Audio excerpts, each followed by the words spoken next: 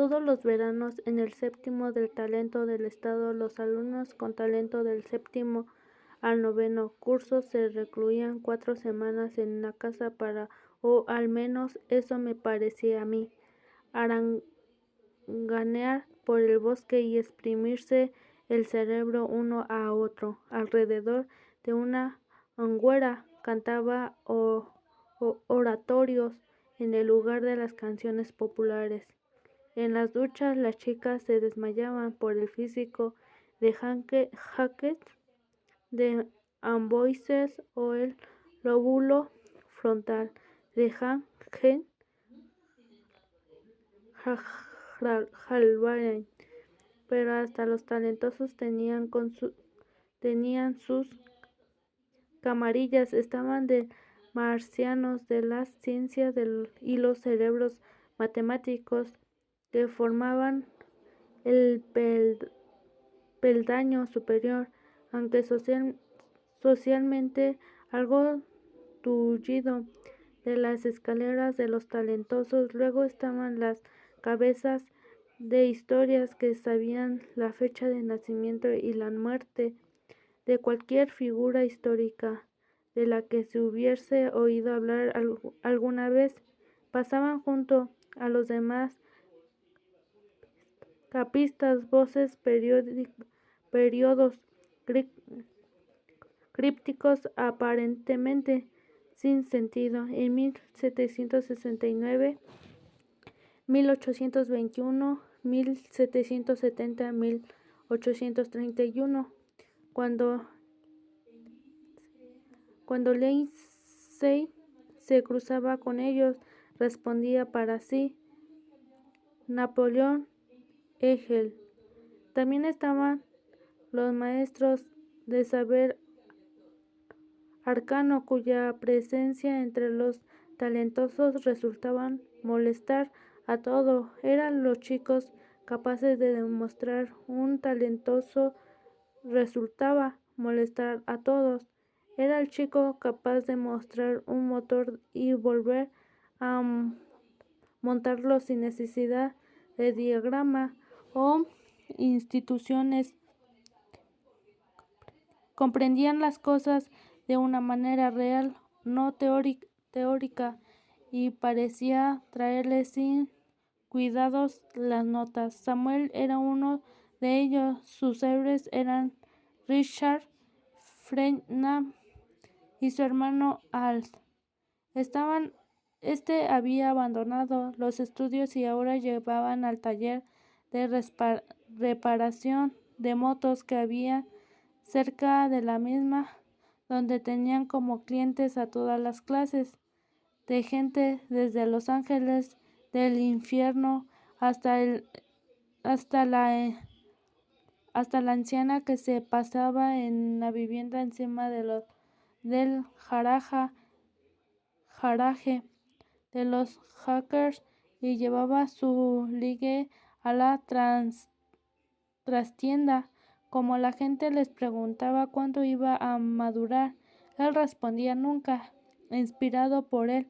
Cuando los profesores le preguntaban a Samuel qué quería ser de mayor, respondía: no lo sé, acabo de cumplir 14, casi con 15 años. Ruth Connors ya lo sabía. En el cobertizo que había detrás de su casa, rodeada de los pomos de puertas y de la quincalla de su padre, había rescatado de las viejas casas destinadas a ser demolidas. Ruth se sentaba en la oscuridad y se encontraba hasta lo que le dolía la cabeza. Luego estaba corriendo en casa, cruzaba el cuarto de estar donde su padre leía y subía a su habitación donde escribía trompicones sus poemas. Ser sucie, después la muerte en pedazos, a sus lados ahora, y favorito el poema del orgullo que se sentía y que había llegado al simposio doblado y doblando tantas veces que los pliegues estaban a punto de romperse el borde de las tumbas. Su padre tuvo que llevar en coche al simposio porque esta mañana cuando salí el autocar era todavía estaba en casa con un agudo ataque de gastritis. Estaba probando extraños regímenes vegetarianos y las noches anteriores no se habían comido una col entera para cenar. Su madre se negaba a rendirse ante el vegetarianismo que Ruth había adoptado desde mi muerte. No se sucie, por el amor de Dios, exclamaba, dejando caer delante de la hija un solomillo de 2 dedos de grosor. A las 3 de la tarde su padre la llevó en un coche primero al hospital y luego al simposio. Pasaba antes por casa para recoger la bolsa de viaje que su madre había preparado y dejó al final del camino de entrada. Mientras el coche estaba en el campamento, Ruth recorrió con la mirada la multitud de chicos que hacían cola para recibir una chapa con su nombre. Vio a mi hermana en medio de un grupo de maestros. Lizette había evitado poner su apellido en su chapa y había optado por dibujar en un lugar un pez. De ese modo no mentía exactamente, pero esperaba conocer algún chico de los colegios de los alrededores que no estuviera estado de mi muerte o que al menos no relacionara con ella. Toda la primavera había llegado en el collage del medio corazón y Samuel cogía de la mano en los pasillos del colegio ni se pasaba la nota. Se sentaba junto a las horas de comer y Samuel la acompañaba a su casa. El día que ella cumplió 14 años, le llevó una magdalena con una vela. Por lo demás, se fundía con el mundo subdividido en sexo de sus compañeros. A la mañana siguiente, Ruth se levantó temprano como Lindsay. Ruth deambulaba por el campamento de talentosos sin pertenecer a ningún grupo. Había practicado en un paseo para mantener la naturaleza y recogió plantas y flores a las que debía ayudar a poner nombre. Descontenta con la respuesta que le daba uno de los marcianos de la ciencia, decidió empezar a ponerle nombre ella misma. Dibujaba las hojas o la flor en su diario, apuntaba qué simple el sexo creía que era y le ponía un nombre como Jim. Si era una planta de hoja simple o pacha, si era una flor más aterciopelada. Cuando Lizette se acercó al comedor, Ruth hacía cola para repetir huevos con salchicha. Había armado tanto revuelo para no comer carne en su cara que tenía que atenerse a ello, pero en el simposio nadie estaba al corriente de él. Juramente que había hecho. No había hablado con mi hermana desde mi muerte y solo le había hecho más excusarse en el pasillo del colegio, pero había visto a Lisette. Volvió a casa andando con Samuel y había visto sonreírle. Vio a mi hermana decirle a las crepas, crepes y no a todos los demás. Habían intentando ponerse en el lugar del mismo modo que había pasado en el tiempo poniéndose en el mío. Cuando Lisette se acercó ciega la cola, Ruth se interpuso. ¿Qué significa el pez?, preguntó señalando con la cabeza, y la chapa de mi hermana era religiosa. Finge en la dirección de los peces, respondió Lisette, deseando al mismo tiempo que hubiera natilla para el desayunar, fría, perfecta, con las crepes. Ruth Connors,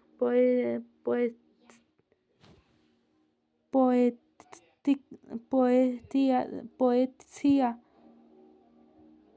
poesía, dijo Ruth a modo de presentación. Lisette, dijo Lisette. Salmo, ¿verdad? No lo digo, por favor, dijo Lisette, y por un instante Ruth experimentó más intensamente que se sentía al reconocer su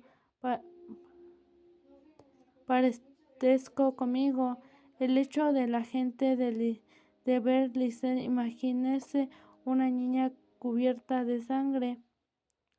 Aún entre los talentos que distinguía por hacer las cosas de manera diferente, la tendencia era empajarse. Los primeros días eran sobre todo parejas chicos o parejas de chicas. Pocas relaciones serias empezaban a los 14, pero en ese año hubo una dispersión. Lisette y Samuel, allá donde fuese, lo recibían gritos. Estaba besándose sin carabina, y con el calor de verano algo creció dentro de ellos, como la mala hierba. Era el deseo. Yo nunca lo había sentido de una forma tan pura, ni lo había visto recorrer con tanta pasión alguna conocido a alguien como quienes tenía genes común. Ellos eran cautelosos y se atenían a las reglas. Ninguno orientándose podría decir que había apuntado una linterna hacia el matorral más tupido, que había juntado dormitorio de los chicos, y encontrando a Salmón y al Hacker se reunían a su inicial, se besaban, querían ir más allá, pero no podían. Samuel quería quitárselo de encima, dejándola atrás para poder hacer adulta, trascender en el lugar y el tiempo. Venía al sexo como las naves de Star Trek. Te evaporabas y te encontrabas navegando por otros planes a los pocos segundos de recomponerte. Va a hacerlo, escribió Ruth en su diario. Yo había puesto mi esperanza que Ruth lo escribiera todo en el diario. Explicaba cómo yo había pasado por su lado esta noche en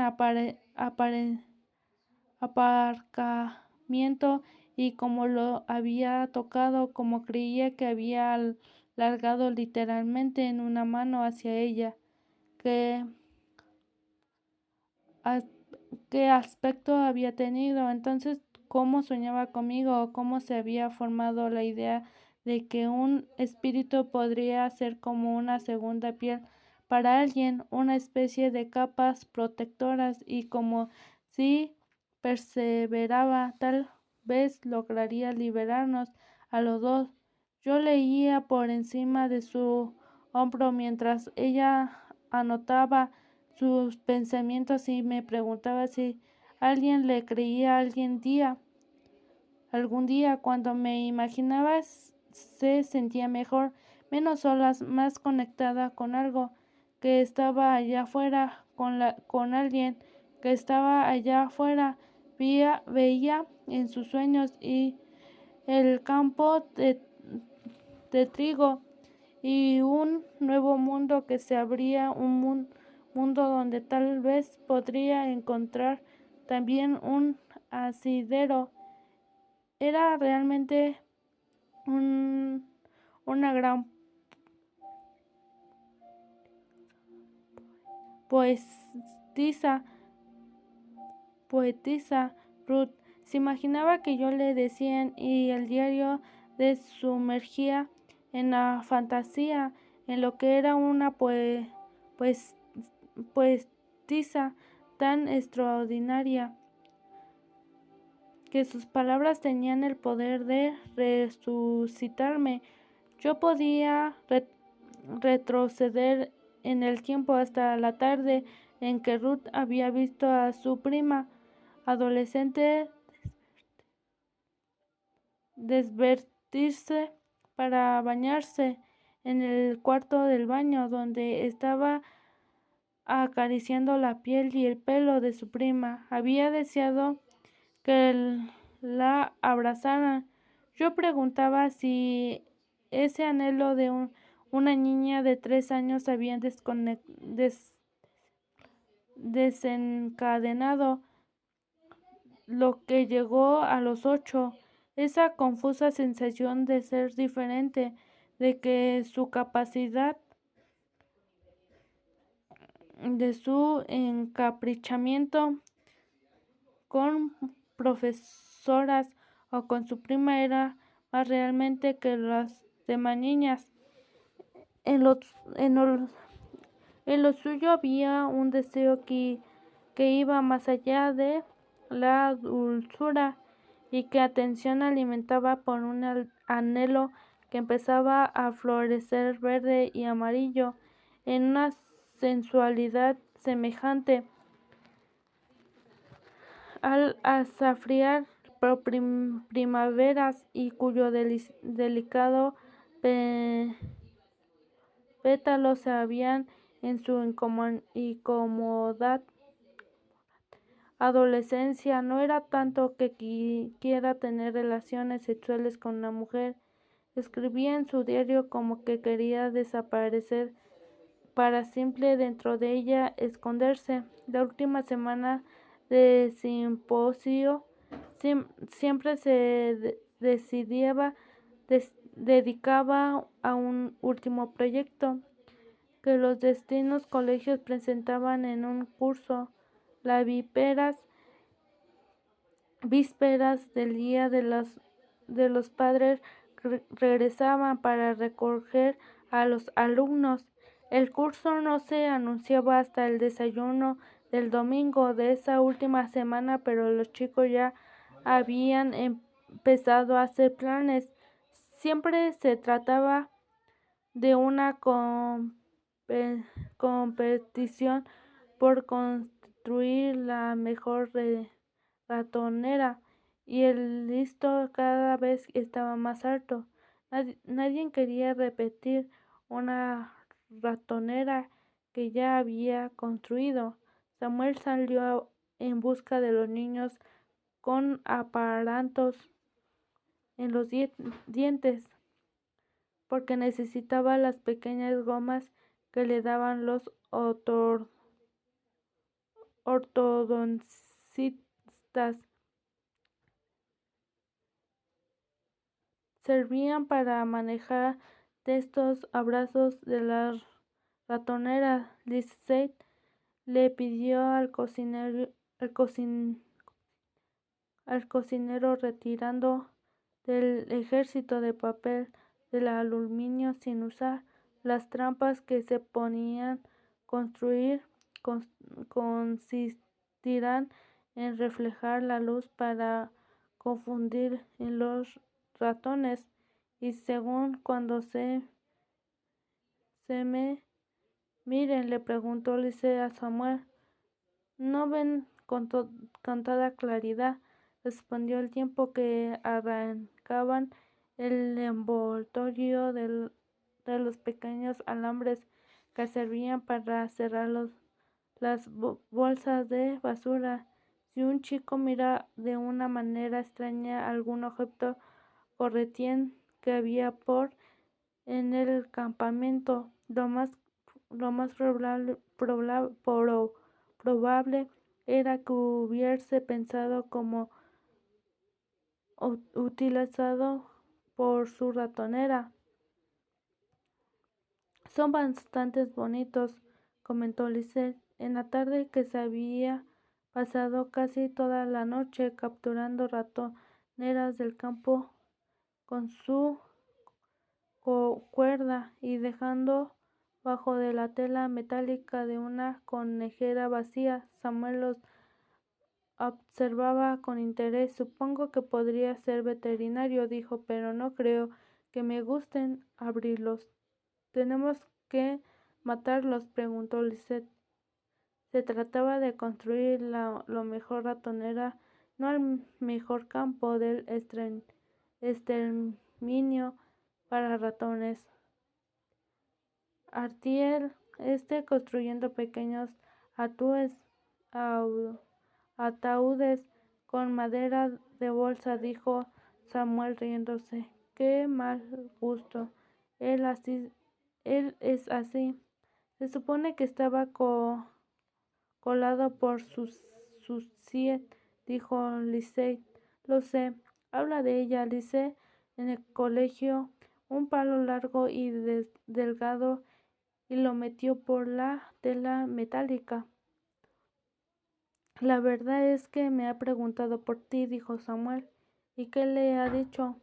Que estaba bien, que está bien. Los ratones no paraban de correr los palos en el rincón donde se amontonaban. Unos pobres, otros en vano intentó de huir. Podemos construir una ratonera con un sofá de terciopelo morado dentro de la instalar una trampilla de modo que cuando se sientan en el sofá se abre la tapilla y se vuelve bolita de queso. Podría llamarla en el reino de los alrededores. Samuel no presionaba a mi hermana como lo hacían los adultos, al contrario, hablaba con minuciosidad de la tapicería del sofá para ratones. Ese verano empezó a pasar menos tiempo observando desde el Senado porque seguía viendo la tierra cuando pasaba por los campos del cielo, al donde nos encajaba una chica como yo. Era horrible eso, otros cielos peores que sentirse tan sola entre tus compañeros que habían y crecían o estaban hechos de la misma cosa con que soñaban, donde podían verte atrapado para siempre en un mundo normal.